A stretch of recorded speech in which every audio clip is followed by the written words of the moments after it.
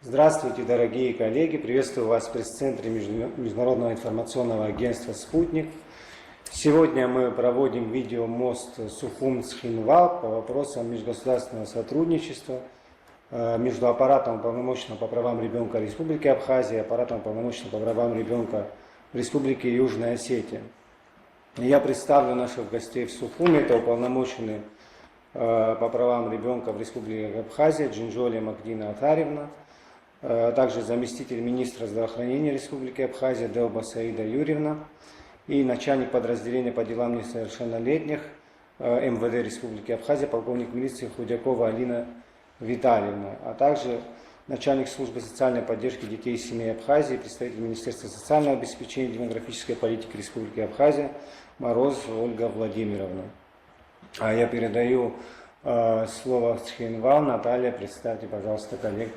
Спасибо, Айнал. Добрый день, коллеги, дамы и господа. Разрешите представить вам наших гостей. Это уполномоченный при президенте Южной Осетии по правам ребенка Джоева Алита Евгеньевна, начальник УВД города Цхинвал Габараев Родион Федорович, замминистра образования и науки Южной Осетии Голованов Александр Владимирович, главный специалист, эксперт договорно-правового управления МИД Южной Осетии Илбакиев Александр Александрович, начальник отдела опеки и попечительства Инна Аршаковна Цхавребова и заместитель министра здравоохранения и социального развития Родион Шалыч Сиукаев. Спасибо, Наталья. Итак, мы надеемся, что общение уполномоченных по правам ребенка а также других структур Абхазии и Осетии станут доброй традицией на площадке «Спутник». Мактина Алтарина, я бы хотел, чтобы вы обозначили общий контур нашей сегодняшней темы и повестки общения. Добрый день, уважаемая Аэлита Евгеньевна, добрый день, уважаемые представители министерств и ведомств, которые непосредственно работают над темой защиты прав и интересов несовершеннолетних. В первую очередь хочу поздравить вас, Аэлита Евгеньевна, с назначением на столь ответственный пост защиты прав и интересов ребенка, детей Южной Осетии. С вашей предшественницей мы тоже тесно взаимодействовали, общались, но такого формата телемоста еще не было, поэтому хочу вас поблагодарить за то, что вы поддержали такую инициативу.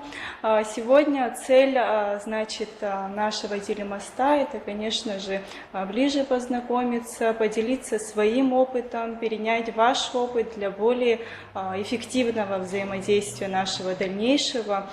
Сразу же хочу выйти к вам с предложением подписать между двумя аппаратами уполномоченного при президенте Республики Абхазия и Республики Южная Осетия меморандум о взаимодействии и сотрудничестве. Я думаю, что это как-то укрепит наше взаимодействие, будет юридическая основа. Хотела спросить, согласны ли вы, принимаете ли вы такое предложение? Если да, то наши юристы готовы будут подготовить проект меморандума, направить вам на рассмотрение, и в дальнейшем уже будем подписывать. Спасибо, Мактина. Передаю слово Цхинвал. Добрый день, дорогие наши абхазцы. Мы очень рады за то, что вы пригласили нас в такой формат телемост. Для нас это очень важно, потому что мы субъекты международного права, мы практически прошли одну историю, мы находимся в одном положении и понимаем, что такое, когда рядом друг с другом есть люди, которые близки по духу и подставляют плечо. Поэтому мы здесь собрались для того, чтобы и подписать меморандум, и поговорить о том, как мы будем взаимодействовать, рассказать о нашем опыте в сфере защиты прав детей. И еще раз благодарю за то, что вы с самого начала пригласили на этот телемост, и у нас еще впереди много будет встреч и в эфире, и в реале. Так что благодарю. Что касается меморандума, то, конечно, понимаем, что это договор о намерениях, где будут прописаны все пункты нашего взаимодействия, и я считаю, что Южная Осетия и все представители, которые здесь находятся, они поддержат эту идею. И у нас здесь есть представитель как раз Министерства иностранных дел, который тоже понимает сущность и важность этого меморандума, и он тоже расскажет свое мнение, представит свое мнение. И вот таким вот образом у нас будет с вами разговор сегодня в в таком формате у нас будет с вами разговор и на сегодняшней пресс-конференции рассказан. Спасибо огромное, Элита Евгеньевна. У нас тоже присутствует здесь представитель Министерства иностранных дел Республики Абхазия. Хотела бы снова задать вам вопрос.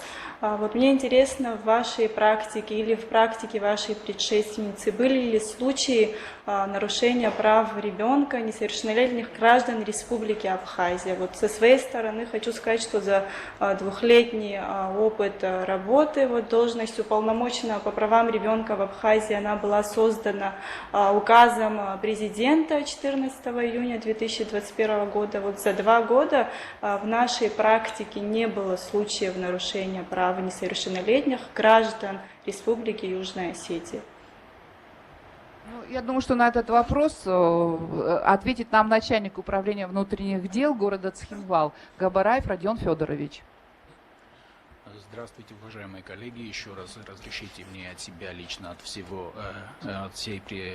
всех представителей Южной Осетии еще раз вас приветствовать, поблагодарить за встречу. И хочется, отвечая на ваш вопрос, сказать, что поближе. Да.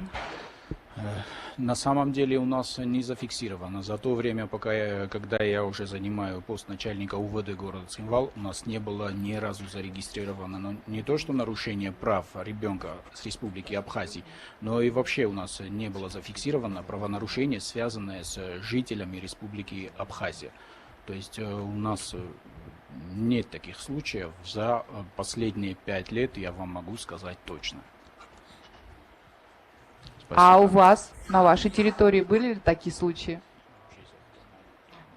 И в целом правонарушения, связанные с гражданами Республики Абхазия, вы имеете в виду, по детям Республики Южная Осетия. Что касается именно несовершеннолетних, не было, но в целом, может, Алина Витальевна Худякова. Я предлагаю, в контексте озвученной темы обсудить вопрос взаимодействия с госорганами, в частности, взаимодействия с МВД, в этом контексте, уважаемая Добрый день, я рада вас приветствовать на площадке Телемоста. Я, в свою очередь, вам хочу сказать, что не то, что за последние 5 лет, но за всю мою бытность, за 25 лет службы в правоохранительных органах, я еще не помню, чтобы у нас по статистике какие-либо правонарушения были связаны с несовершеннолетними гражданами Южной Осетии. Наоборот, у нас очень такие хорошие дружеские отношения среди детей. Насколько нам известно, многие ваши подростки приезжают к нам, отдыхают у нас, занимаются спортом, неоднократно приезжали в курортно-летний сезон. Правонарушений и преступлений не было. Инал Васильевич, тогда продолжить, в целом про взаимодействие. Если говорить о Министерстве внутренних дел, то чаще всего, конечно же, мы взаимодействуем с подразделением по делам несовершеннолетних, практически в ежедневной связи. Они проводят огромную работу и по профилактике правонарушений среди несовершеннолетних.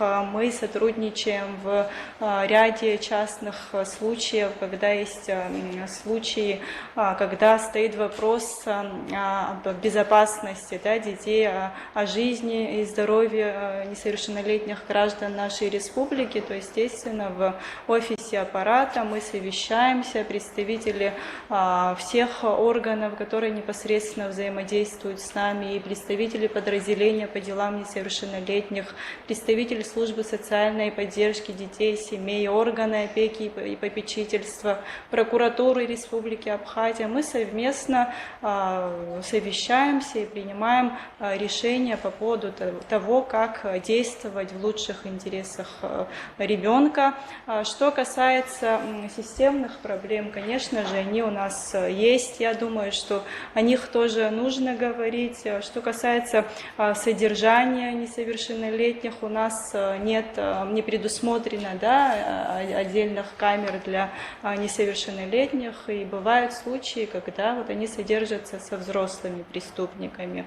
Не развита сфера сфера детской психиатрии, то есть когда речь идет о правонарушениях несовершеннолетних в связи с каким-то психическим диагнозом. К сожалению, у нас нет детского отделения в психиатрической больнице. Это одна из тоже системных и важных проблем. Значит, большое количество пробелов в уголовно-исправительном законодательстве Республики Абхазия. Наблюдается несоответствие законодательства Республики Абхазия общепринятым международным нормам в каких-то определенных частях. То есть системные проблемы есть, но несмотря на это все, то есть каждый орган, который занимается вопросами защиты прав и интересов несовершеннолетних, он индивидуально подходит к каждому ребенку, есть особый подход, и, естественно, все службы, которые здесь присутствуют, и не только, сегодня здесь нет и представитель для Министерства просвещения Республики Абхазия, они все заинтересованы только в том, чтобы права детей были защищены, права детей были восстановлены, поэтому, когда касается несовершеннолетних, могу сказать, что, конечно, особый подход есть со стороны всех органов. И что касается взаимодействия, тоже наблюдаем активное, эффективное взаимодействие с аппаратом уполномоченного по правам ребенка. Несмотря на то, что это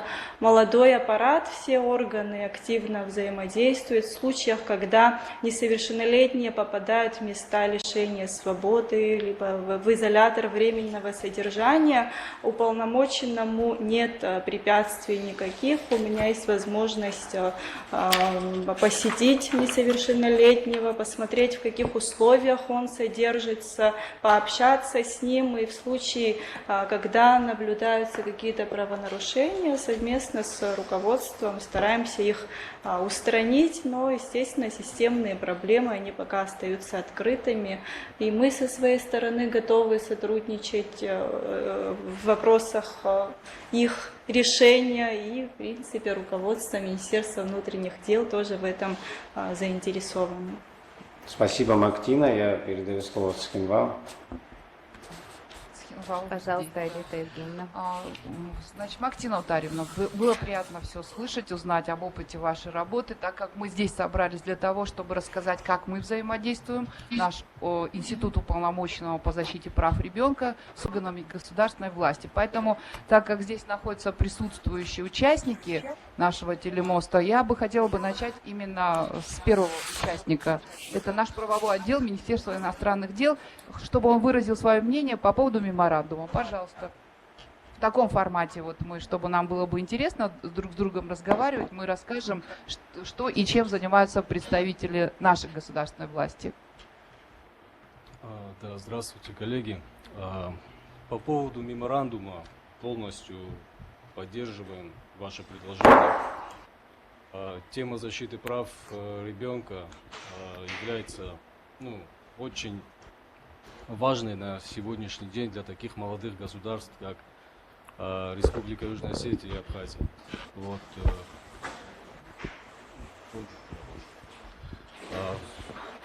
Поэтому, да, Поближе. к себе. Вот Все. Слышали? Не слышали? Да, слышно. Да. Слышно. Да, полностью поддерживаем ваше предложение. Надеемся, меморандум станет таким первым шагом между нашими государствами к последующей, более плотной работе. Тоже изучим ваши предложения в проекте, сами тоже подготовим и в рабочем порядке будем сотрудничать и направим вам также с нашей стороны документ. Спасибо огромное. А сейчас мне бы хотелось бы, чтобы рассказал бы о своем о своих обязанностях, о том, как они защищают права детей несовершеннолетних, именно заместитель Министерства образования и науки. Это Голованов Александр. Здравствуйте, коллеги. Очень приятно присутствовать на таком мероприятии, тем более, которое проходит в первый раз. Надеюсь, что у нас впереди еще много подобных встреч. Что хотелось бы мне сказать? на чем хотелось бы заострить внимание. В последнее время в Южной Осетии, к сожалению, мы наблюдаем некоторое увеличение количества детей, испытывающих некоторые трудности в освоении общеобразовательных программ. Это дети с ограниченными возможностями здоровья, дети с инвалидностью, которые точно так же имеют право на образование, на получение образования. И вот хотелось бы немного в этой сфере повести беседу. У нас на базе Схинвальской школы-интерната функционирует 7 классов для обучающихся с умственной отсталостью и с интеллектуальными нарушениями. Это различные нозологические заболевания, синдром Дауна, расстройство аутистического спектра, нарушения слуха, ДЦП. 7 классов там функционирует, приспособленные помещения, специалисты, логопеды, дефектологи, психологи, отдельно кабинет музыки, отдельно кабинет для уроков, для занятий физической культурой функционирует. И также есть дошкольная группа. На данный момент в дошкольной группе 6 обучающихся.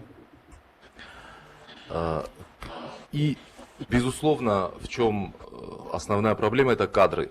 Хотелось бы, чтобы у нас было больше специалистов для работы с такими детьми, чтобы мы могли в полной мере реализовать их право, ну, так как мы говорим о защите прав детей, чтобы мы могли в полной мере реализовать их право на обучение, на получение образования. И хотелось бы, конечно, качественного образования, насколько это возможно.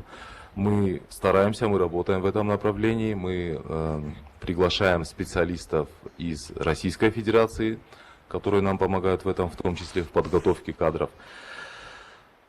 Но, конечно же, много еще нам предстоит сделать в этом направлении. И хотелось бы, коллеги, узнать, как обстоят дела в этой сфере у вас. Может быть, как-то поделиться опытом, как вы решаете вопросы данного характера. Как обстоят, например, дела с инклюзивным образованием? Реализуется ли подобное направление у вас? Какие есть у вас проблемы, связанные с функционированием так называемых комиссий ПМПК, психолого-медико-педагогических комиссий, да? И недостаток каких специалистов вы наблюдаете в данной сфере? Спасибо Пожалуйста, большое. Сухум, вам слово. Спасибо огромное, Александр Владимирович. Так как нет представителя Министерства просвещения, частично отвечу я и частично передам слово представителю Министерства здравоохранения Республики Абхазия. Значит, по поводу инклюзивного образования мы только-только делаем первые шаги.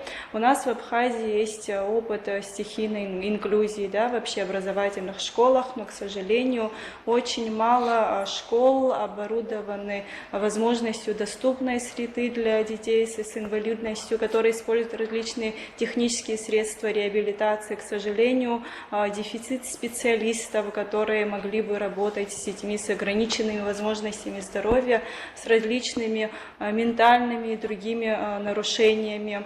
В республике, в общем, 2 вспомогательные школы для детей с ограниченными возможностями здоровья. Одна школа в городе Ткварчал, но она недостаточно в полной мере функционирует. Вторая вспомогательная школа находится в столице, в городе Сухум. Учащихся 150 человек учащихся, но руководство думает о том, чтобы расширить, да, возможности данной школы, потому что спрос он большой. Это связано с тем, что общеобразовательные школы на сегодняшний день не готовы принимать в большом количестве детей с ограниченными возможностями здоровья. Эти вопросы часто поднимаются. В этом решении вопросов заинтересовано и Министерство просвещения, соответственно, и наш уполномоченный орган, и Министерство здравоохранения.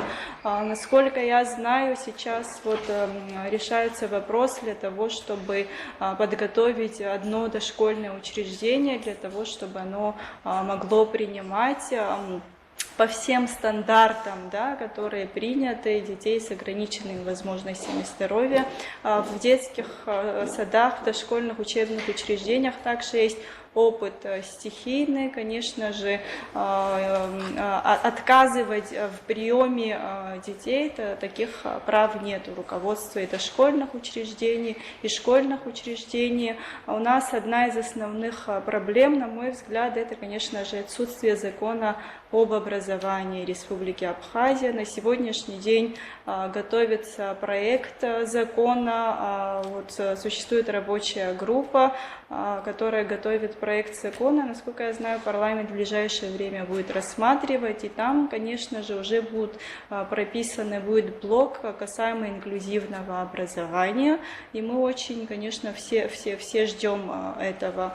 У нас в обществе, конечно, существуют определенные стигмы и со стороны родителей, и со стороны учащихся. Работаем в этом направлении много, и Министерство просвещения, и общественные организации. Мы, как аппарат уполномоченного по правам ребенка, очень работаем с населением, с родителями. Существуют ассоциации родителей детей с инвалидностью, которые проводят различного рода тренинги для мам, говорят о том, какую роль в жизни ребенка с ОВЗ играет образование, потому что многие на сегодняшний день закрываются, они чаще всего, такие дети, они выпадают из системы образования, поэтому мы все следим за тем, чтобы каждый родитель, он максимально развивал возможности своего ребенка, и ни один ребенок на сегодняшний день не выпадал из системы образования.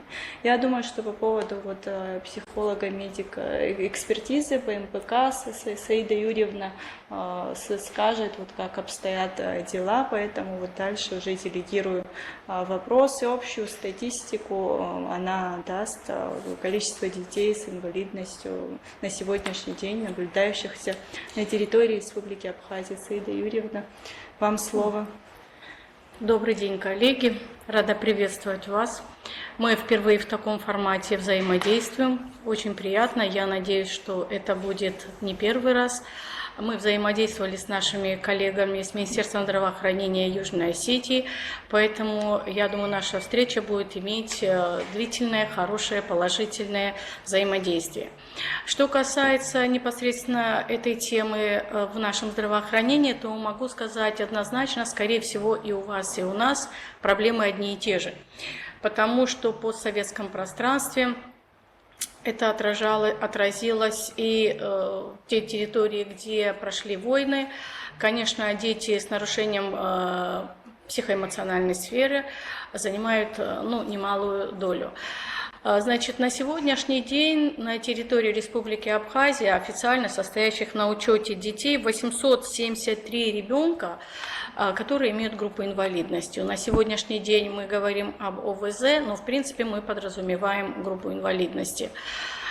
Что сказать по поводу этих детей? Да, это та когорта детей, которые уже имеют инвалидность, и не только с нарушением в психоэмоциональной сфере, неврологии, слуховой аппарат, ну и все другие органы и системы, но есть и те дети, которые на сегодняшний день не попали в эту группу только потому, что социально незащищенные семьи. Мы периодически совершаем выезды по учету, по диспансеризации. Мы выявляем совместно с социальной службой семьи, в основном это неблагополучные семьи, в которых не один, а несколько детей с нарушением развития и опорно-двигательного аппарата, плюс еще психические расстройства. Наша работа, основная в этом направлении, должна быть связана во взаимодействии с социальной службой. И это мы пытаемся решать, потому что не всегда на врача выходит больной, с потенциальным, можно сказать, впоследствии установленным клиническим диагнозом, если их не выявят совместно социальной службы со службами внутренних дел. Поэтому мы пытаемся всегда все делать во взаимодействии. Возможно, не всегда это получается быстро и хорошо, но, по крайней мере, мы идем по этому пути. Что касается детей с инклюзивным образованием, вот у нас было недавно в Абхазии, наверное, вы в курсе, проходил форум, первый абхазский медицинский медицинский форум, на котором стоял один из ведущих вопросов, был вопрос реабилитации. И реабилитации не только детей с нарушением опорно-двигательного аппарата, но также с нарушением психоэмоциональной сферы. Это у нас, наверное, и у вас это прослеживается, вы обменяетесь с нами опытом. Дети с проблемами – это непосредственно дети-аутисты. Так как я каждый день в Министерстве здравоохранения, помимо нашей рутинной работы, занимаюсь и приемом населения тоже, то количество таких детей у нас увеличивается. Сказать точно, с чем это связано, и говорить о том, что мы знаем и понимаем, каковы это у нас или это за пределами Абхазии, но я думаю, это единая тенденция. Есть проблемы. Соответственно, есть проблемы в образовательном процессе, так как наша ментальность подразумевает всегда оградить своего ребенка от всех нежелательных внешних факторов, которые бы вызвали еще какую-то психоэмоциональную нагрузку, но мы должны родителям объяснить и сказать о том, что данный ребенок должен учиться во вспомогательной школе. И прежде чем это все произойдет, ребенок должен пройти медицинскую, не экспертизу, а тестирование совместно с врачами-клиницистами. На сегодняшний, для того, чтобы точно понимать, в каком классе коррекционном или нет, должен обучаться или находиться на уровне детского сада данный ребенок. Скажу вам откровенно, это очень сложно сделать и сказать маме, что ваш ребенок не может пойти в обычный класс средней школы, а должен пойти в коррекционную. Но мы должны пройти через эти барьеры и прийти к этому. У нас уже есть понимание, как это сделать, и мы в процессе этого, потому что не могут дети, к сожалению, находиться в одном классе, программы разные. Нагрузки разные, не все дети высиживают на уроках, и поэтому проведение уроков педагогами иногда осложняется, и очень часто к нам обращаются и говорят о том, что помогите разрешить этот вопрос. Ну, что вам еще сказать? Проблемы есть, проблемы решаемые, желание есть. Мы бы хотели еще услышать от вас, как вы решаете такие проблемы, потому что проблемы наши общие, единые. Школа образования медицинская у нас тоже общая, и видение, как выходить с этой ситуации, у нас тоже, наверное, одно. У нас, конечно, дефицит кадров, касаемый психиатрической службы. Детских психиатров у нас очень мало, можно сказать, вот именно сертифицированный детский психиатр у нас один, поэтому сейчас с помощью фонда Ашана приглашены в Абхазию на летний период врачи из России, детские психиатры, которые будут и в столице, и в районах принимать этих детей для того, чтобы нашу психиатрическую службу взрослую немножко разгрузить с детьми. Мы приглашаем людей извне для того, чтобы скоррегировать немножко нашу работу в лучшем направлении. Да, у нас действительно нет отделения детской психиатрии в силу определенных технических проблем, но вопрос стоит на повестке дня. Я думаю, в ближайшее время он будет разрешен. Хотела бы услышать от вас, как у вас эта служба работает, чем можете поделиться для того, чтобы мы взяли на вооружение ваш опыт и могли взаимодействовать с вами. Спасибо за внимание. Спасибо, Цхинвал. Спасибо за информацию. Тогда я тоже небольшую такую расскажу, что у нас на сегодняшний момент существует и чего нет, и что хотелось бы, чтобы в самое ближайшее время мы бы смогли сформировать. Что касается психологической службы, мы здесь все в группа риска, понятно, поствоенный синдром, ПТСР, депрессия, суицидальный синдром, к сожалению, у нас тоже возрос количество заболевания физического недуга, заболевания психического расстройства. К сожалению, у нас тоже тенденция к тому идет, что у нас увеличивается количество детей. И вопрос психологической службы как никогда очень актуален и необходим. На сегодняшний момент у нас нет центра психологической реабилитации, поэтому этот вопрос у нас тоже на повестке дня. И я думаю, что он скоро должен образоваться. У нас нет кризисного центра, куда могут подойти и прийти несовершеннолетние, которые, например, из неблагополучной семьи, или те правонарушители, которым тоже надо дать шанс для того, чтобы они поняли бы, что ведут неправильный образ жизни. Этот вопрос тоже у нас пока что не сформирован до конца. Что касается наших детей, у нас есть коррекционный класс в школе-интернат, и у нас есть коррекционная группа в детском садике. Там смешанная группа. Есть дети, которые имеют, к сожалению, и аутистический спектр заболевания, и есть ДЦП. И я думаю, что вот Министерство образования, Министерство здравоохранения, этот вопрос у них будет стоять первоочередной, потому что эти кабинеты, эти классы должны, конечно, по госстандарту оснащены всем, и более того, каждому ребенку, ну, это как минимум, должен быть представлен и социальный работник, и психиатр. У нас психиатров детского нет, вот сейчас вот об этом расскажет заместитель Министерства здравоохранения. У нас нету неврологов детских, у нас вот, хотя психологическая служба как таковая, она только просто существует формально, а хотелось бы, чтобы аттестацию прошли бы психологи и понимали бы, когда они работают в школе или в детских садах, что к своей ответственности, к своей работе нужно относиться более ответственно, и в их руках судьбы детей. Теперь непосредственно я вот передам слово нашему заместителю Министерства здравоохранения и социального развития Сюкаеву Родиону, и он расскажет более подробную информацию, предоставит вам. Добрый день, уважаемые коллеги. Еще раз спасибо, что пригласили нас на такую видеоконференцию, на телемост. Добрый день, Саида Юрьевна. Вот, передавайте, пожалуйста, большие приветы министру здравоохранения Республики Абхазия Эдуарду Валерьяновичу от нашего министра Плеевой Агунды Феликсовны. Я думаю, что мы в дальнейшем тоже встретимся и будем делиться опытом в целом здравоохранения. Что касается сегодняшнего вопроса, то я хочу сказать первое и самое главное. С приходом Аэлиты Евгеньевны наше взаимодействие с уполномоченным по правам человека перешло на новый уровень. Она выступила по ребенка, да. По правам человека, по правам ребенка, я извиняюсь, да. Она вот выступила замечательной инициативой, которую мы сейчас будем реализовать совместно с ней. Вот мы в кулуарах пообщались. Это создание социального паспорта на каждого ребенка, который нуждается в той или иной медицинской помощи, в той или иной реабилитации. После создания такого социального паспорта Министерством здравоохранения будет подготовлена специальная программа реабилитации по каждому ребенку. И, как вы уже отметили, у нас тоже такая проблема есть, кадровая проблема, и нам приходится приглашать специалистов, детских неврологов, психиатров, психологов из Российской Федерации. И когда мы вместе с Аэлитой Евгеньевной подготовим вот такие паспорта, то мы пригласим специалистов, уже совместно с ними, да, одновременно совместно с ними подготовим вот такие социальные программы реабилитации по каждому пациенту.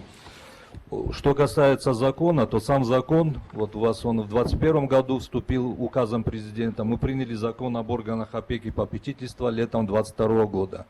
И в этом году приняли все необходимые подзаконные акты. То есть у нас тоже, вот, скажем так, находимся в начале вот этого большого пути.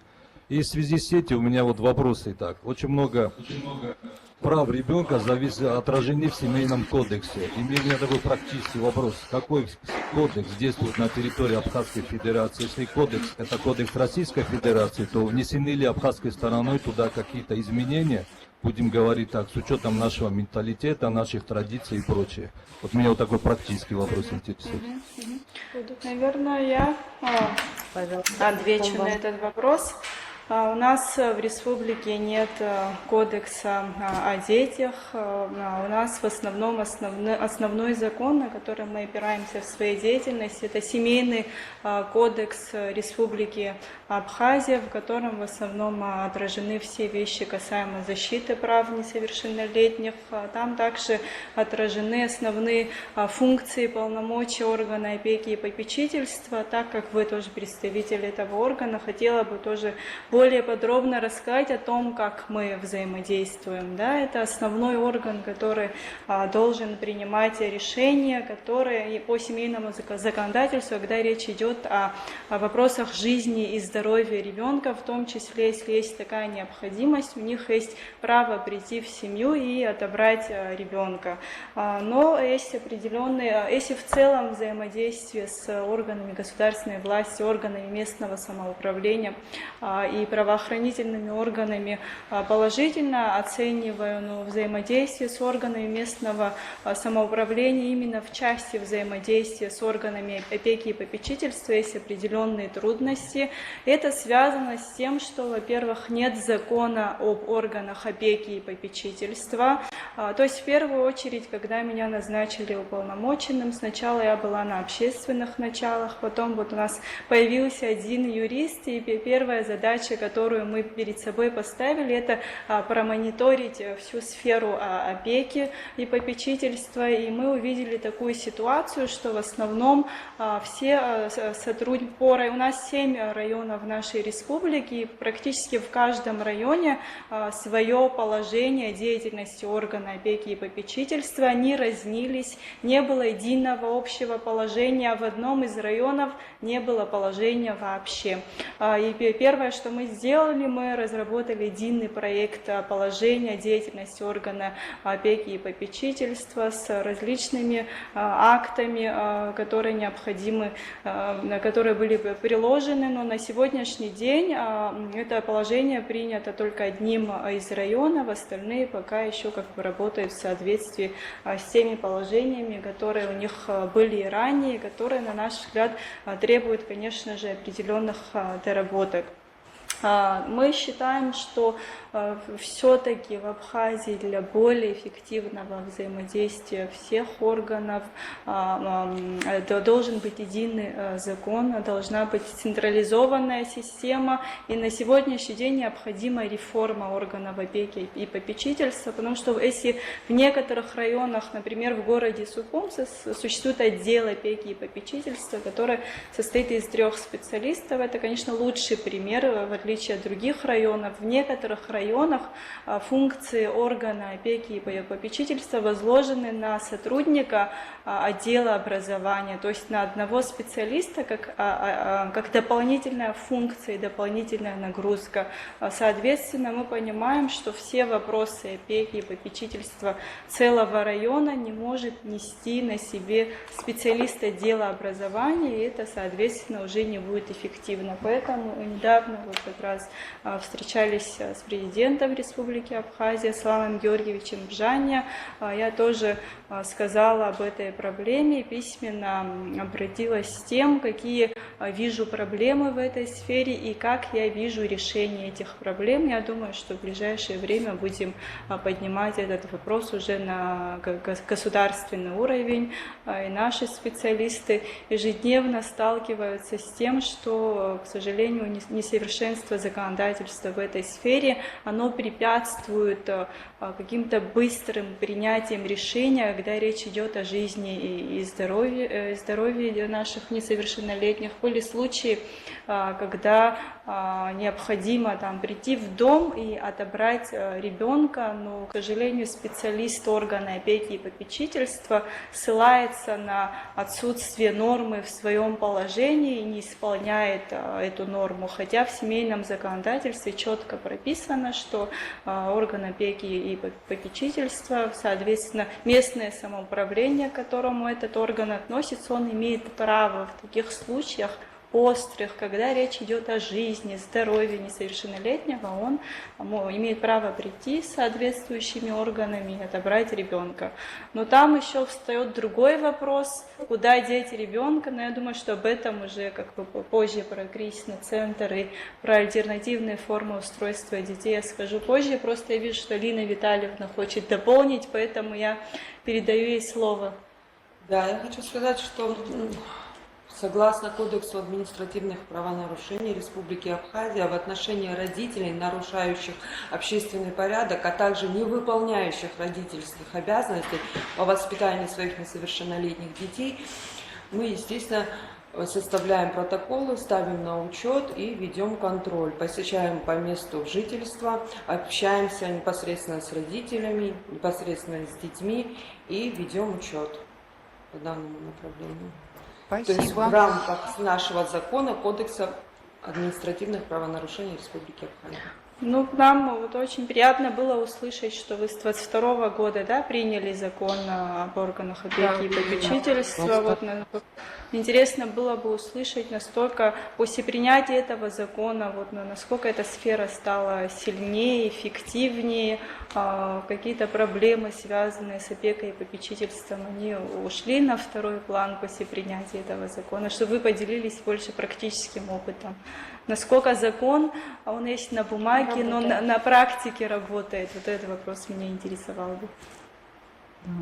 Спасибо, Схинвал. Мактина Алтарьевна. Я бы хотела бы немножко разъяснить ситуацию. Так как я являюсь уполномоченным по правам ребенка 3-й месяц, и, естественно, первые 2 месяца это было изучение, анализ ситуации. Как мы можем взаимодействовать с органами исполнительной власти, с органами местного самоуправления. И хочу сказать, что у нас получается единение. Я думаю, что в самое ближайшее будущее у нас создастся единый механизм, потому что каждый из представителей и каждый из уполномоченных органов понимает, что если мы не будем работать в одном направлении, то мы ничего не сможем и сделать для того, чтобы защитить наших детей. Что касается органа опеки и попечительства, они находятся под юрисдикцией Министерства здравоохранения и социального развития. И так как это тоже вновь созданный орган, если раньше в каждом районе и в городе были свои отделы, и они знали свои полномочия, то сейчас вся нагрузка легла на именно орган отдела и попечительства при Министерстве здравоохранения. Я работаю как уполномоченный в рамках своих полномочий, положения об уполномоченном по праву ребенка, где четко прописано, что наше взаимодействие должно быть четкое, что, естественно, все требования или запросы или изменения каких-то актов мы обязаны взаимодействовать на одной линии. И поэтому вот у нас знакомство с органом опеки и попечительства происходит вот в онлайн-режиме, вот сейчас. Поэтому конкретно о своей деятельности вот слово предоставлю начальнику опеки и попечительства Инне Цховребовой. Она расскажет о том, чем они занимаются и какие у них планы в самое ближайшее время. Спасибо большое. Добрый день, коллеги. Рада вас приветствовать. Считаю, что, несомненно, общение вот в таком формате – это своего рода обмен опытом, что, конечно же, приведет к положительной динамике в работе и ваших ведомств, и, соответственно, в нашей работе тоже. Как вот заметил Родион Шалвович, наш закон об опеке и попечительстве был принят в июне 2022 года. С 2022 года вот по нынешнее время разрабатывалась нормативно-правовая база. И в 2023 году этот вопрос уже решенный, утверждены наши подзаконные акты, и на сегодняшний день ведется работа над локальными актами в Министерстве здравоохранения и социального развития. И уже вот после принятия этих локальных актов мы уже будем более полномочны в применении действующего у нас законодательства, закона об опеке и попечительстве. Конечно, проблем много у нас в этой сфере. Хочу также отметить, что количество сотрудников, которым вот сегодня располагает наш отдел, это недостаточно для эффективной работы, потому что спектр проблем, он очень велик. С созданием вот отдела опеки и попечительства граждане уже были уведомлены об этом, и к нам начали обращаться люди, которые до сих пор просто сидели и молчали, потому что не было соответствующего органа, который бы помог им в решении вот их насущных проблем относительно несовершеннолетних. Мы, конечно же, тесно сотрудничаем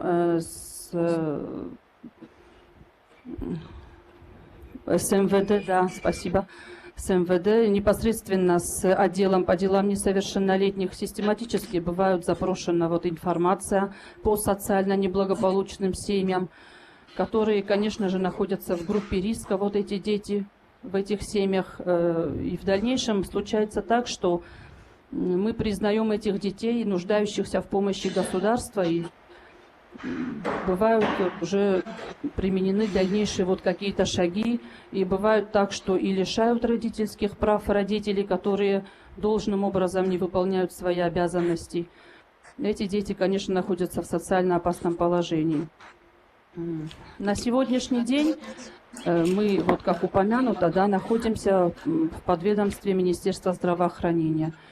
И, конечно же, порой получается так, что социальному блоку вопросов уделяются не так много внимания, как хотелось бы.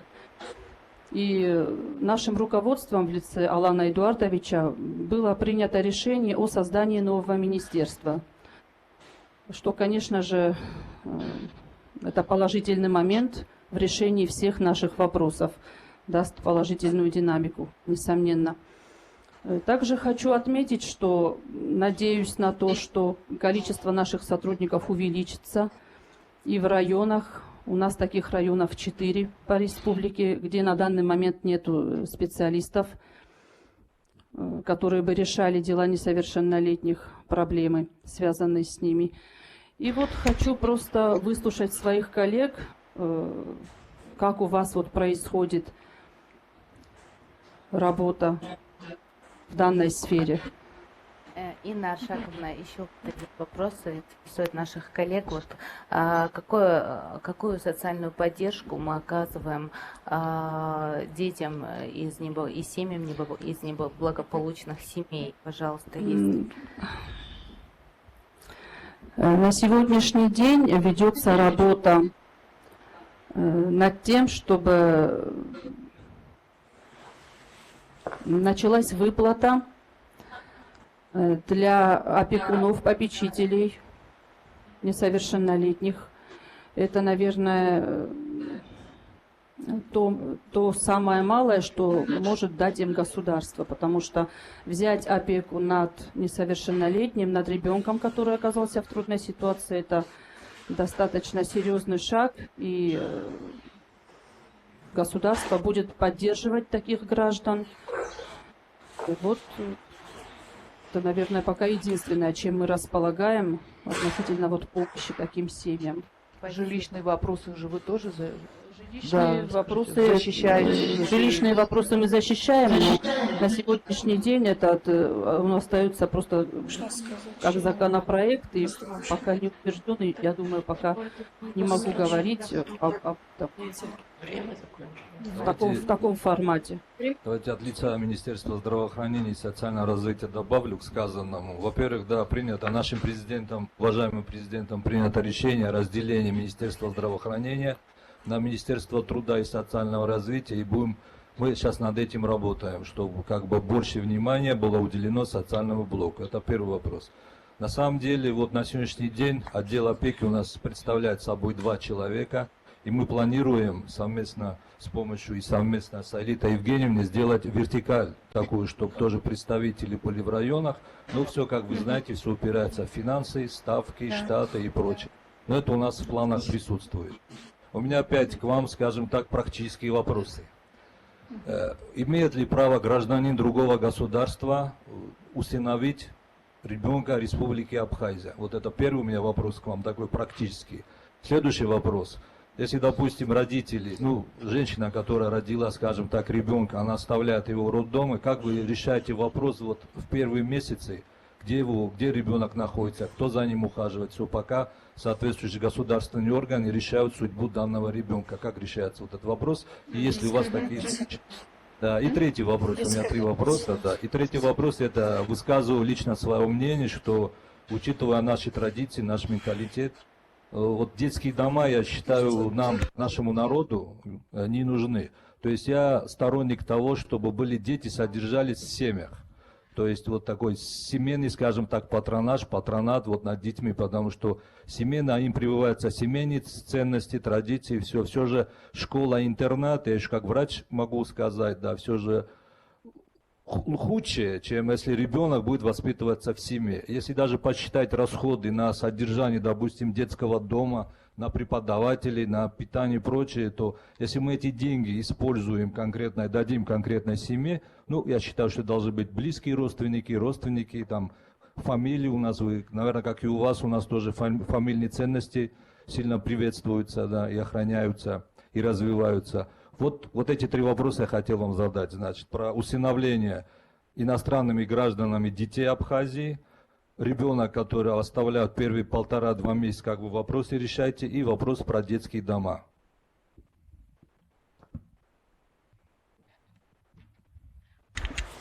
Пожалуйста, Да, я отвечу, значит, по порядку по поводу первого вопроса усыновления, значит, граждан Республики Абхазия несовершеннолетних детей гражданами другого государства не предусматривается. По поводу второго вопроса, когда оставляют ребенка в роддоме, ну, в основном, в первую очередь, конечно, ребенка направляют в детскую больницу республиканскую, где за ним осуществляется уход, но здесь, конечно же, мы упираемся в один из главных вопросов: отсутствие кризисного центра временного пребывания детей и отсутствие альтернативных форм устройства детей.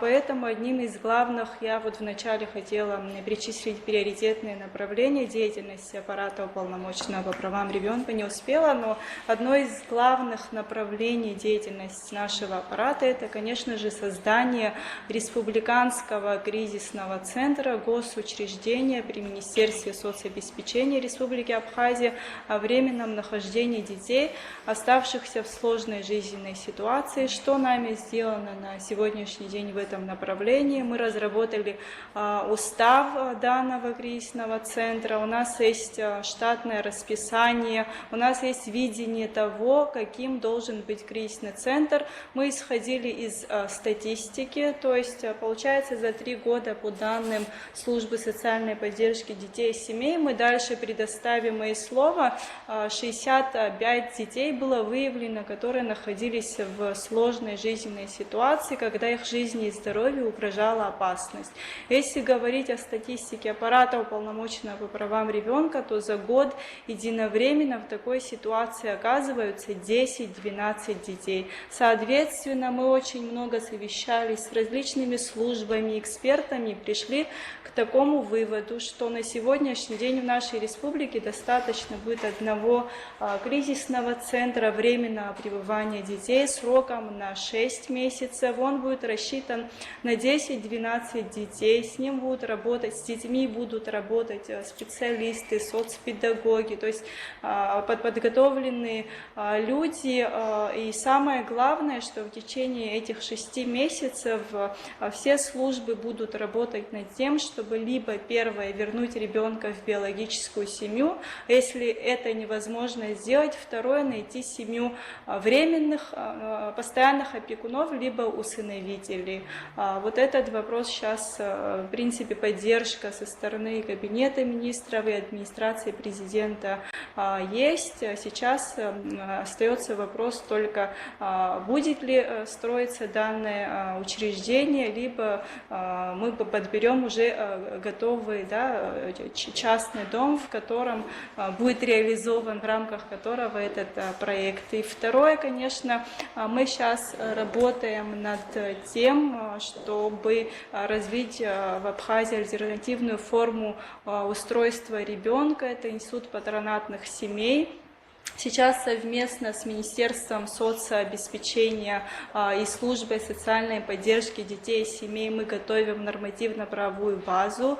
Значит, есть приказ министра соцобеспечения о том, чтобы социальная служба, сотрудники социальной службы подобрали, значит, семьи, которые готовы стать патронатными для детей, которые временно остались без опеки по той или иной причине, либо оказались в сложной жизненной ситуации. То есть уже есть определенный список готовых стать патронатными семьями.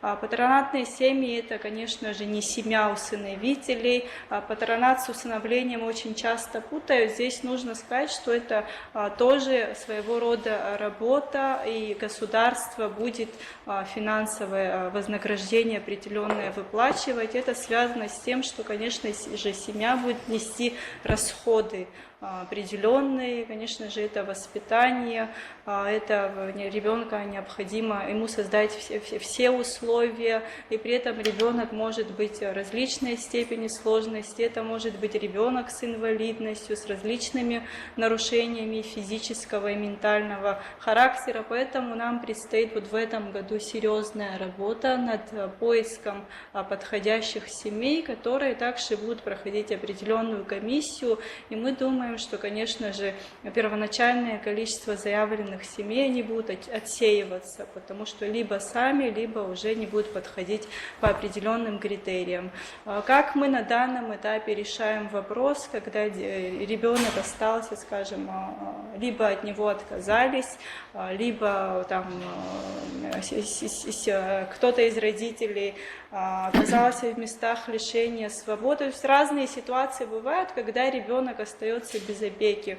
Конечно же, мы сотрудничаем с органами, экстренно созываем совещания, присутствуют представители органа опеки и попечительства, службы социальной поддержки детей и семей, представители прокуратуры, подразделения по делам несовершеннолетних, и мы подбираем временных опекунов, и орган опеки и попечительства оформляет документы по поводу временной опеки. Но, соответственно, потом уже в зависимости от частного случая либо прокуратура, либо орган опеки и попечительства может выйти, да, с исковым заявлением о лишении либо ограничениях в родительских правах, если такая необходимость есть. Если речь идет, конечно же, о том, что ребенок оказался в своей родной семье, либо в семье опекунов, в ситуации, где его жизни и здоровью угрожает опасность, тогда уже все представители органов, право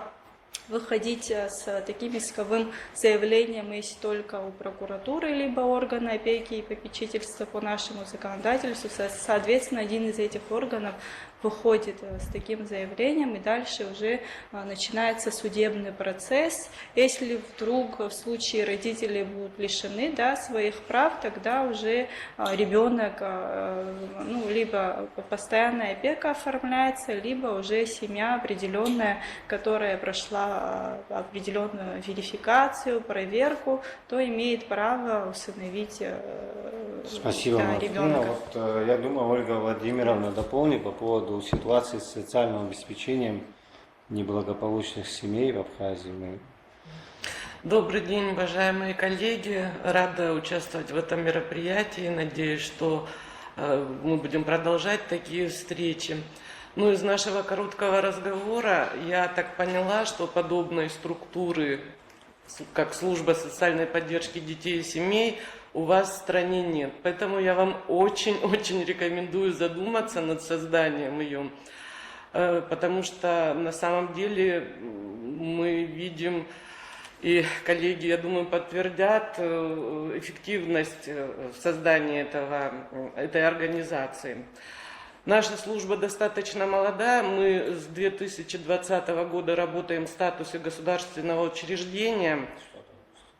Наш учредитель Министерства социальной поддержки, Министерства социального обеспечения и демографической политики. В нашем штате порядка 40 человек. И я почему это подчеркиваю, наше отделение находится во всех районах Абхазии. Количество наших сотрудников зависит от численности населения в районах. Каждое наше отделение оснащено и к нему прикреплен автомобиль, что это, в общем-то, залог нашего успеха. Мы работаем по сигналам. Мы сигналы получаем, можно сказать, от ведомств, от соседей, от родственников, принимаем анонимные сигналы. Получив сигнал, наши специалисты немедленно выезжают на место, в семью и уже своими глазами видят ситуацию, делают оценку. И в связи с увиденным мы начинаем свою работу. Вы знаете, честно говоря, когда с предложением организовать такую структуру вышел детский фонд ООН, ЮНИСЕФ, и мы вначале не очень-то даже понимали, что не так у нас и зачем они нам предлагают организовать такую службу. Потому что, на наш взгляд, нам казалось, что у нас все нормально. Министерство здравоохранения лечит, Министерство просвещения учит, Министерство внутренних дел следит за правопорядком, Министерство социальное выплачивает все пенсии и пособия. Что нужно еще? На самом деле подготовительная работа шла в течение 2 лет, и мы поняли, что нужно еще. В результате получилось, что служба социальной поддержки это получилось такое связующее звено между семьей и государством. То есть мы видим в наших, получив сигнал, во-первых, я хочу сказать, изначально, как правило, сигналы в нашу службу поступали только лишь о том, что обратите на эту семью, она малоимущая, они нуждаются. И когда приходили наши специалисты в семью, то они видели, что то, что тут малоимущая она, это, в общем-то, уже следствие всех остальных проблем, которые на самом деле есть. И мы начинали работу. Что хочу сказать, задача нашей службы – это оказание всесторонней поддержки семье в преодолении трудной жизненной ситуации, из которой она не может выйти самостоятельно. Наша задача, самая главная, это предотвращение разлучения ребенка с семьей. То есть мы находим всевозможные варианты, существующие. Если их нет, мы придумываем. Но мы должны сделать так, чтобы ребенок остался со своими родителями. Сколько у вас таких семей неблагополучных на учете? Значит, по результатам за 2022 год мы оказали поддержку 97 семьям. На сегодняшний день у нас в работе 581 семья. Что важно, я вам хочу сказать, так как наши семьи неблагополучны, чаще это бывают даже неполные, часто бывают неполные семьи, и, как правило, они начинают мигрировать из района в район. То есть, если у нас, мы держим их на контроле, если у нас семья переехала из одного района в другой, то наши специалисты тут же сообщают в новый район, что обращайте внимание, вот семья, то есть они из-под нашего контроля, они не уходят, не исчезают. А вот алгоритм действий конкретно, какая помощь? Как вы за этим следите? Что вы делаете вот конкретно? Например, возьмем одну семью неблагополучную, что? Потом вот мы тоже расскажем, что с нашей стороны делается. Во-первых, у нас специалисты все обучены, опять-таки детский фонд ООН ЮНИСЕФ привлекал тренеров из стран постсоветского пространства, это была Россия, Армения, Молдова, у которых уже такие подобные структуры созданы, и они обучали наших специалистов, то есть они начинали с того, что рассказали нам о своих ошибках и предупредили, чтобы мы их не повторяли. И на сегодняшний день мы продолжаем быть с ними на связи, они, в общем-то, дают положительную оценку нашей работе именно в том плане, что мы последовали их советам. Вот, грубо говоря, поступил сигнал в семью. Выезжают туда специалисты на место. Давайте не будем рассматривать такой какой-то сигнал сложное насилие или что-то такое. Это тема актуальная. Психологическое насилие, физическое насилие, сексуальное насилие в семье. Да, к сожалению, актуально, и мы с этим сталкиваемся. Сначала я хотела начать с более простого такого. Вот поступил сигнал, семья нуждается, все у них плохо, им нечего кушать, им нечего надеть. Приезжают специалисты. Во-первых, у нас большая проблема выявилась у населения проблемы с документами. Мы столкнулись с тем, что в некоторых семьях в немалом количестве у членов семей документы, то есть только паспорта СССР. У детей отсутствует свидетельство о рождении. То есть начинается сразу работа над тем, чтобы привести в порядок документы семьи. Причем я обращаю ваше внимание, мы никогда за семью ничего не делаем. Мы контролируем, может быть, мы договоримся там в том же паспортном столе или, я не знаю, в том же собесе, что к вам подойдет семья, пожалуйста, обратите внимание. Но мы их не возим, мы их не вводим, мы им говорим, куда прийти. И вы знаете, мы наблюдаем у людей такой восторг, потому что, как правило, люди слышим: ой, да кому мы нужны, ой, там у меня нет 200 рублей на эту справку. И когда они приходят, и им абсолютно бесплатно дают полагающуюся справку, когда прием ведет специалист, разъясняет их права, они такие счастливые, одухотворенные выходят из этого учреждения, что у них получилось, и они начинают идти дальше. Вот на самом деле, знаете, это так приятно видеть таких людей, которые: ой, я понял, да, спасибо, что подсказали. Вот. Ну, а что касается, потом дальше мы пытаемся трудоустроить, если они не работают. Ну, да, конечно, виды работы, сами понимаете, самые такие получаются, начиная от уборщицы, я не знаю, там, или какие-то сельхозработы нанимаются. Но во всяком случае, какую-то копейку заработать мы им помогаем, подсказываем, где и как, и это срабатывает. Вот. Также я хочу сказать, что мы столкнулись с тем, что очень многие семьи были не проинформированы, какие им положены от государства пособия.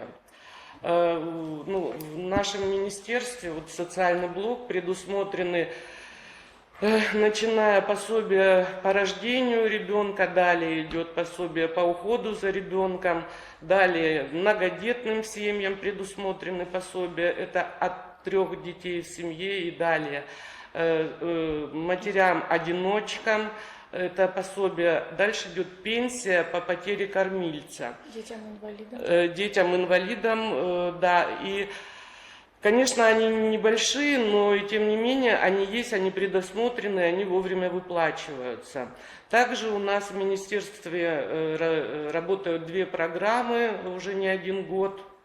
Это программа «Жилье», где тоже несколько наших семей смогли приобрести жилье. И у нас программа «Демография», где государство выплачивает на каждого третьего и каждого последующего ребенка по 100 тысяч рублей. То есть вот такое. Коллеги, наше эфирное время подходит к концу. У нас Если позволите, Ольга Владимировна, хотела бы вот дополнить то, что я вот говорила до этого. По теме социального обеспечения мы тоже сталкиваемся с такими проблемами. Я полностью с вами согласна, что мы, органы опеки, должны всегда стараться, чтобы ребенок оставался в своей биологической семье, помочь им создать вот все условия для благотворной обстановки для их детей. Хочу вот просто уточнить, что социальное обеспечение у нас тоже выведено на определенный уровень, социальное обеспечение наших малоимущих семей. Они также обеспечены выплатами. И хочу добавить, что Министерство здравоохранения и социального развития, мы ежемесячно, вот социальный блок, мы проводим комиссия, у нас создана комиссия, где вот мы рассматриваем заявления малоимущих граждан в том числе, и им тоже ведется определенная помощь. Для каждой категории граждан есть определенная сумма, которая вот так или иначе, облегчает их жизненное положение. Также хочу сказать, что обеспечение жильем, наши выпускники интерната, школы-интернат, впоследствии бывают обеспечены жильем. Это у нас тоже практикуется. И в дальнейшем, конечно же, хотелось бы, чтобы и семьи, которые у нас оказались в социально неблагополучном положении, зачастую из-за отсутствия жилья. Вот у нас на данный момент есть одна семья, где есть новорожденный ребенок, у которых очень плохие жизненные условия в плане жилья. И буду очень рада, если меня вот поддержат мои коллеги, чтобы мы как-то помогли им решить этот вопрос. И я думаю, эта семья, она уже не будет в списке социально неблагополучных, потому что мать, она не отказывается от своих детей, но у нее нет условий для их комфортного содержания, и мы, я думаю, должны им помочь. Да, спасибо. Ну, так как у нас эфирное время, уже лимит заканчивается, но у нас есть еще 2 темы, мы быстренько о них скажем. И мне бы хотелось бы сказать, что вот 8 июня у нас был подписан меморандум с нашей коллегой Российской Федерации по правам ребенка уполномоченным, где были прописаны пункты и конкретные мероприятия, которые будут уже в июле, в августе, касающихся именно защиты прав детей и в сфере образования, и в сфере правонарушителей, реабилитации наших несовершеннолетних правонарушителей, и в сфере именно конкретно касающихся детей с ограниченными возможностями, потому что у нас здесь, повторюсь, нету психиатра, у нас нет возможности и предоставить им лечение, поэтому будет проведено обследование и реабилитация экстренная, если необходимо. Со стороны Москвы вот такая поддержка у нас будет в самое ближайшее время. И так как мы говорим и затрагиваем многие вопросы, мне бы хотелось бы еще обратить внимание на то, как у нас работает Министерство внутренних дел, потому что у них налажена система, и мы вот поделимся тоже нашим опытом, потому что работают они очень хорошо. И каким образом с правонарушителями решается вопрос, мне бы хотелось предоставить слово именно Габараеву Родиону, начальнику управления внутренних дел города Цхинвал. Спасибо, Элита Евгеньевна. Еще раз хотелось бы обозначить тему, в общем, на которую тема, которая нас интересует, во-первых, это нормативно-правовая база, которым абхазские наши коллеги регламентируют свою деятельность. Имеются ли в Абхазии свои законы по несовершеннолетним правонарушителям, или вы пользуетесь, как в нашем случае, российскими законодательными актами? В основном мы пользуемся российскими, но приказы у нас местные. Хотелось бы, если они у вас есть в открытом доступе, с ними ознакомиться и как бы перенять опыт, чем вы руководствуетесь, во-первых. Во-вторых, по вопросу, который обозначила Элита Евгеньевна, эти вопросы у нас все прописаны в ведомственных приказах. И согласно этим приказам у нас состоят все семьи и все несовершеннолетние дети на учете. То есть заводятся учетно-профилактические карточки, учетно-профилактические дела, сообщается об этом практически во все ведомства, в Министерство здравоохранения, в Министерство образования. Итак, ну, в общем, эти вопросы, я долго на них останавливаться не буду, они у нас прописаны в законе, в приказах и в законе, который мы в данный момент регламентируем нашу деятельность. Как обозначила Мактина Утарьевна, да, у нас тоже имеются те же проблемы, что и у вас. У нас тоже не существует там кризисного центра для временного пребывания несовершеннолетних правонарушителей, и пытаемся через Элиту Евгеньевну решать эти вопросы тоже с помощью наших российских коллег. Пока у нас такого прецедента не было, но думаем, что в ближайшее время после подписания обозначенного меморандума у нас что-то получится, и мы будем уже как бы применять российский опыт тоже. И хотелось бы со стороны абхазских коллег тоже услышать, какую вы практику применяете в отношении несовершеннолетних правонарушителей. И еще раз повторюсь, какими нормативно-правовыми актами вы пользуетесь. Спасибо. Спасибо. Если можно, максимально коротко. Да, максимально коротко. Совсем недавно у нас было повышение квалификации совместно с вашими сотрудниками, проводила Академия управления Министерства внутренних дел Российской Федерации. И в свою очередь хочу заметить, что да, нам известно, что у вас согласно Российской Федерации действуют законы, приказы, указы, настоящая инструкция. У нас нет. Мы, согласно законодательству Республики Абхазия, действуем и работу осуществляем согласно наших приказов и указов, которые действуют на территории Абхазии. Кодекса административных правонарушений Республики Абхазия, а также Уголовного кодекса тоже Республики Абхазия.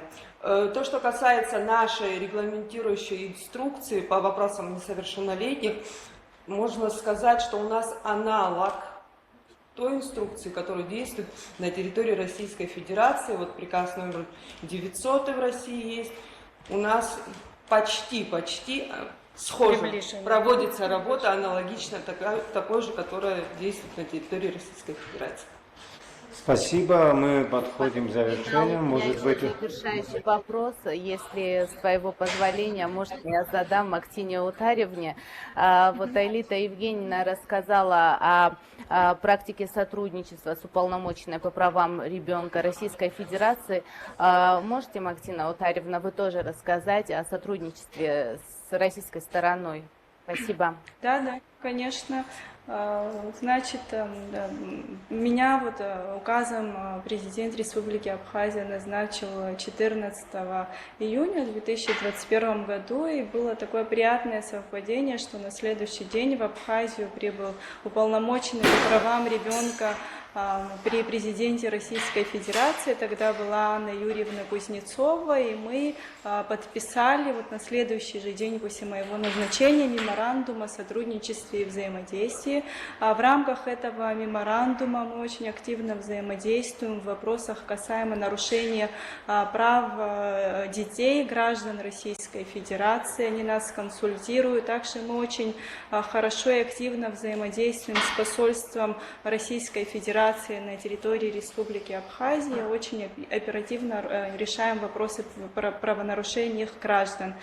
Также для укрепления позиций, прописанных в нашем меморандуме, я уже 2 раза встречалась с уполномоченными и с Анной Юрьевной, когда она была уполномоченным по правам ребенка, и с новым уполномоченным Марией Алексеевной Львовой-Беловой. У нас была встреча в этом году 6 марта, и мы также обозначили направления, в рамках которых будем сотрудничать. Мы договорились, что будет, значит, созданная консультативно-совещательная рабочая группа в рамках нашего меморандума, и будем совместно каждый случай нарушения прав ребенка, гражданина Российской Федерации на территории Республики Абхазия и аналогично нарушения прав наших граждан на территории Российской Федерации совместно в рамках этой консультативно-совещательной рабочей группы решать все вопросы нарушения прав детей. Также в вопросах по линии здравоохранения между нами была договоренность, и в этом году, летом этого года мы реализуем. Вот мы сказали о том, что у нас, вот Саида Юрьевна тоже об этом говорила, проблема с детской психиатрией, нет отделения детской психиатрии и дефицит со специалистами. В связи с этим на уровне Министерства здравоохранения Российской Федерации и Республики Абхазия была достигнута договоренность, что 3 специалиста приедут в Абхазию, один из них в конце августа, 2 специалиста в сентябре, которые, во-первых, помогут нам промониторить наши проблемы в сфере детской психиатрии, во-вторых, возможно, удастся провести консультации, да, с детьми, у которых нарушение психического характера. Также мы договорились о том, что наши специалисты, сотрудники аппарата уполномоченного по правам ребенка, они сегодня здесь все присутствуют, просто их не видно. Нас 5 человек в аппарате, 2 юриста, 1 специалист защиты социальных прав ребенка. Я являюсь также и руководителем аппарата уполномоченного, также главный бухгалтер, кстати, у нас осетинка по национальности, ее фамилия Албакиева. Вот, хотела, чтобы вы тоже знали. Мы договорились. Как раз предложение от Елбакиева Александра поступило, нашего представителя Министерства иностранных дел. Скажите, пожалуйста, что вы хотели по меморандуму? Мы коротко очень, за 1 секунду. Аэлита Евгеньевна, спасибо. Да, предлагаю тоже создать рабочую группу и в последующем уже решать все вопросы посредством в рамках вот этой рабочей группы. Отлично, Спасибо. отлично. Я думаю, что в меморандуме, самом в проекте меморандума можно будет прописать уже как отдельный пункт создание консультативно-совещательной рабочей группы. И я не договорила, что мы с коллегой пообщались по поводу повышения квалификации наших сотрудников на территории Российской Федерации, но пока идет обсуждение. Спасибо, Мактина. Наше эфирное время подошло к концу. Мы надеемся, что такой формат общения станет доброй традицией. Более того, будет расширен до трехстороннего формата общения и еще шире многостороннего формата общения с участием в том числе и российских коллег. А мы завершаем нашу пресс-конференцию. Благодарю вас всех за участие. До новых встреч.